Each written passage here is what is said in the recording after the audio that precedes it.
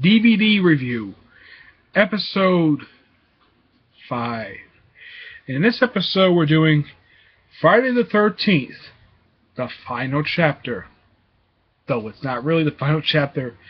They just put that there just because at the time they were going to end the series, but because this movie did so well at the movie theaters, they decided to continue the franchise for another 4 movies. At the time, before it was Bob New Cinema, where they draw out one really bad movie and one really good movie. Okay? Now, this movie,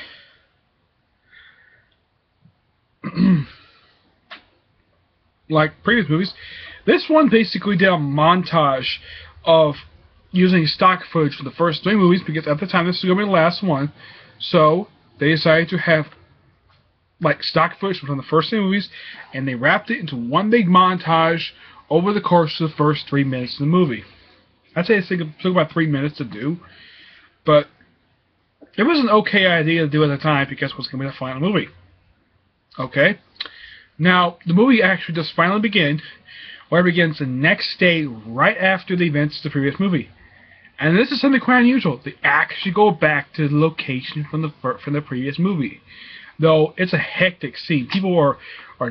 Bodies are being dragged away. Jason Voorhees' apparent corpse is basically where they actually find the hatchet that was put into his head from the previous movie. They put it into an evidence bag. And they take him away. And of course they know who did all these killings, and they're standing next to the killer. Yeah. Though in the entire movie, everyone thinks he's dead. But one person. I'll get to him in a minute. This movie is very exciting to watch. Very entertaining and a lot more memorable than the previous 2 movies. Though the third one is an improvement from the second one.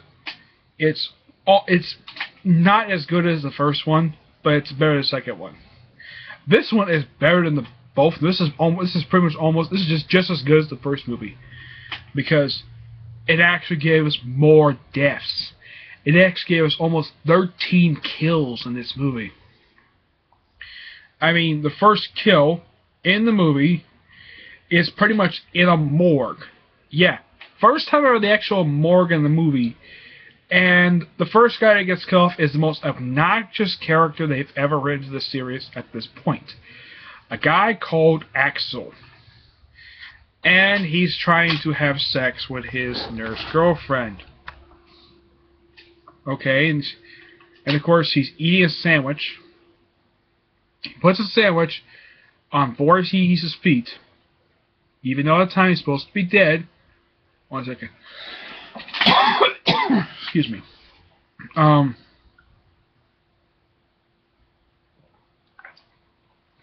Even though he's supposed to be dead, he's not. And this guy is so stupid. He's written that way.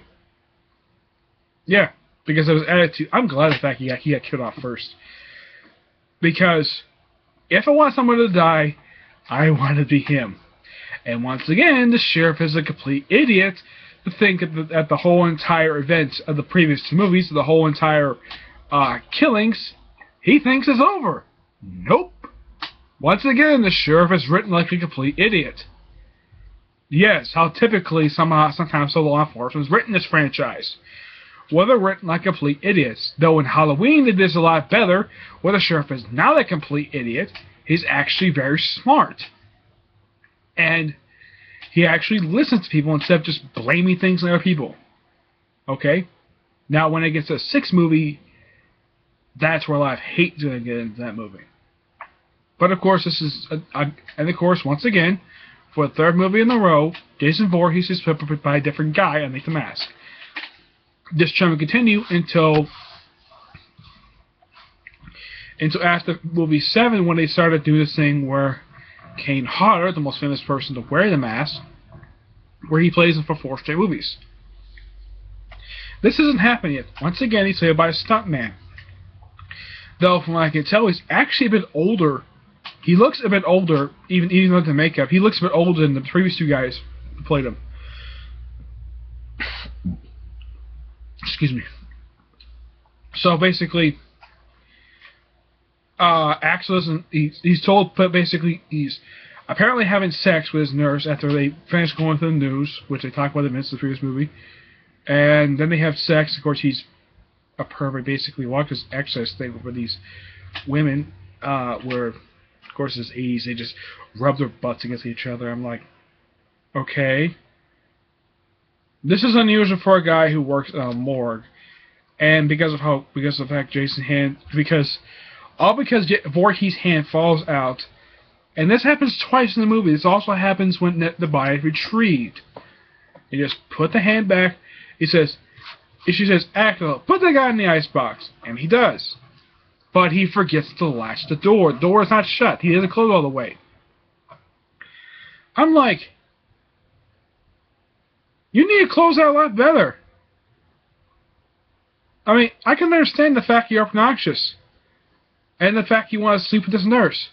So what? She's a hot nurse. I don't care. Do your job properly.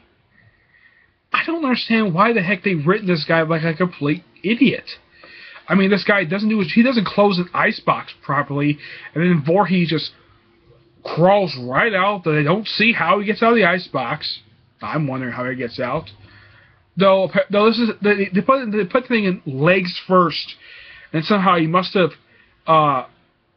basically found a way to, because the thing wasn't latched all the way. He must have found a way to get his arms out and pull himself out without even noticing Axel, and all of a sudden he gets killed less than a couple minutes. Okay? And of course the nurse basically goes to a storage room, gets some stuff like she's supposed to. She's actually more well written than he is. And of course she's killed by Voorhees stabbing her with a scalpel and ripping her and basically trying to unzip her nurse's outfit. Okay. A bit unusual, but okay. Oh, Crispin Glover is in this movie. This is the only time he appears in this franchise. Another memorable character. First time since the first movie you actually have a memorable actor in the movie. Like in the first movie you had Betsy Palmer and Kim Bacon. This one you got Crispin Glover. And what I've heard from the commentary, he's actually looking forward to his death in the movie. Yeah. But there's like 8 kills. I think there's like 6 people who come in this very strange looking car. I've never seen a car like this, where it has like the front row, and you have the back, and you have the far back. It's like implied these 2 guys sit in the freaking trunk. And apparently, Chris McGowan's character apparently broke up with his girlfriend, and apparently this guy called Teddy, Teddy, he apparently just use this imaginary computer and says that he's a dead F. I'm not going to say what it is. If you want to see the movie, you know exactly. If you've seen the movie, you know exactly what I'm talking about. I do not like this guy Teddy at all. He's probably, like Axel, so stupid and so boring to watch. Crispin Glover is more interesting to watch than he is. Then, of course, we're introduced to the character of Tommy Jarvis, a guy who become most famous for killing Jason Voorhees. But let's skip along. He introduces the Jarvis family, his sister Trish, his mother, who has one of the most unusual disappearing acts in the movie. Though what I've heard, people were booing on the screen when they thought that she was apparently been killed. Yeah. Well, first they kill off one of the twin sisters. Okay. And of course, one of the twin sisters has sex with Crispin Glover's character in the movie. There's of course the party. And of course, they also go skinny dipping. And there's another guy who apparently is dating one of the other girls. She goes out skinny dipping out in the lake in the middle of the night, and she swims in a raft. And then she gets killed the same way Jason Voorhees kills the other character in the previous movie. Except they face down in a boat and basically a knife to her throat. Typical. Though, this time, back of the head, not on the forehead, but pretty much the same kill, but kind of reversed. But he used the same weapon this time. That's one thing quite originally. He used the same weapon. But pretty much, and of course he's killed not long afterwards by having this grabby thing grabbed onto his freaking groin. And you're like, ah! And then he's killed, and then he just dies afterwards. Okay. A bit unusual for a death, but okay. Then Crispin Glover's, well, they kill off one of the other twins. I think that, oh yeah, she gets killed off in the most unusual way possible. Voorhees just grabs his hand through a window and throws her out a window. And I'm like, wow. Oh my gosh. Sweet Jesus. He just threw her out of a two-story window and she landed on a car and somehow she died. Okay. Oh, one thing I should mention. Teddy does a stupid thing where he just unbuttons his pants and sticks his hand right through it. I'm like, how stupid can you be? I have to bring it up because it's a stupid movie. I'd rather just fast forward through that stupid little moment. Okay? And of course, Crispin Glover gets killed off. First, he gets his hand stabbed through with a corkscrew. It's a fancy corkscrew. He's trying to open a bottle of wine. This is after he's had sex. And of course, they break the bed as well. It's quite funny. Then he gets stabbed through the head. And then later on, he's discovered basically, he's put in front of a doorway, and he is, and Jason Voorhees used railroad spikes. It's not railroad spikes, the actual nails. He nails his body to the doorway, the outside doorway. But at least that is a lot better than just laying him across the frickin', like, right in front of the doorway where the person can easily get over her. Yeah, I almost forgot. One of the victims died in the previous movie. Yeah. She gets scared by a door opening. Yeah. Though the sole survivors in this movie are actually written a lot better than they have been in the previous two movies. They're not stupid. At least Trish Jarvis is actually smart. Unlike the other sole survivors who were like so stupid. Of all the characters in this movie, pretty much all of them except maybe two characters are written very well. The only ones who are not are Teddy and Axel. They're written like so stupid. Teddy is obnoxious, annoying, and I want to die. Same thing with Axel. Give or take. And, of course, they also meet one character who hadn't really one of the victims from the previous movie. Second one, he was actually the brother of... His sister got killed in the second movie. So, okay. So he wants to hunt Jason Voorhees. Okay. Jason Voorhees finds his tent. It's implied he finds his tent and breaks his gun. Okay. Apparently, he also slices through his tent as well. This is also, of course, during a rainstorm. Of course, he gets killed by Voorhees in the movie. And he tells Trish to run away. Okay, and Trish is wearing this stupid shirt. Yeah, and they mention in the commentary, she's wearing a guy's shirt, and she's wearing a belt around. It'll look like she's wearing something unusual. Okay. Now, apparently, Tommy Jarvis finds an article, basically, of an artist description, basically, what Jason Voorhees looked like, from someone from the first, when the survivor in the first movie described him as. So what he does, oh yeah, this is also something I'm bringing up. He's a master mask maker. Yeah, he makes masks. Yeah, and they try to do a whole bunch of stuff to try to stop him. They even threw his freaking TV at him. They threw his TV at him. He basically punched with a door. I mean, I'm like, why in the world is he trying to kill Tommy Jarvis? Tommy Jarvis is a child, and yet in the sequels, he never once tries to kill a child. And yet in this movie, he's trying to kill Tommy Jarvis. I don't know why the writer was written that way. Oh yes, and Voorhees actually runs in this movie. Yeah, he actually runs. Let's see. After he kills all the characters in the movie, Trish is basically very surprised at this. And all of a sudden, Tommy Jarvis shaves his head. I don't know why. Of course, his favorite Corey Foreman. Great actor, by the way. Of course, him as a child. I think this is before Lost Boys.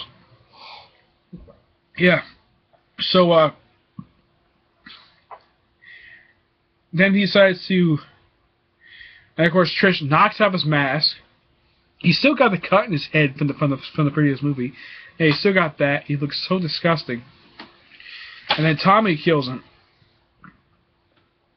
And Tommy just kills him basically by saying, "Die! Die! Die!"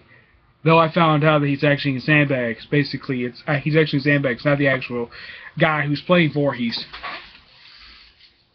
Though he goes mental hospital afterwards, and they bring this up in the sequels as well. Trish survives, surprisingly, though no one knows what happens to their mother. It's never implied, though in an alternate ending, her body is found in their bathroom, dead. Apparently, she's somewhat alive and some dream. It was an alternate ending had for the movie, and apparently the thing had no dialogue. Okay. And apparently, the cops do not charge with Tom with killing Jason Voorhees. It's completely understandable. The guy was trying to kill them, so he killed himself in self-defense. But as for the keep killing part, that was something basically unusual. But I'm happy the fact they didn't charge Tommy Jarvis because the guy he killed, he was a killer. The guy killed a whole bunch of people. I mean, by the time of this movie, he must have killed probably close to about 30 people. Yeah, he must have killed almost exactly 30 people. Let's see, 9 plus 11, that's like 20. And this movie killed what, 12 people? So he's killed 32 people in the course of about a few days. I'm like, okay, fine. And of course, movie ends. And of course, they show in the ending. They show this in the ending. And of course, menus like this as well. So, oh no, I give this movie a 10 out of 10. Much better than the previous two movies, and possibly one of the most strongest movies of the first 4 movies. So, as I get it, yes. Is it watchable? Oh, heck yeah. So, 10 out of 10. Be sure you get it, okay? Now, next time. Bye.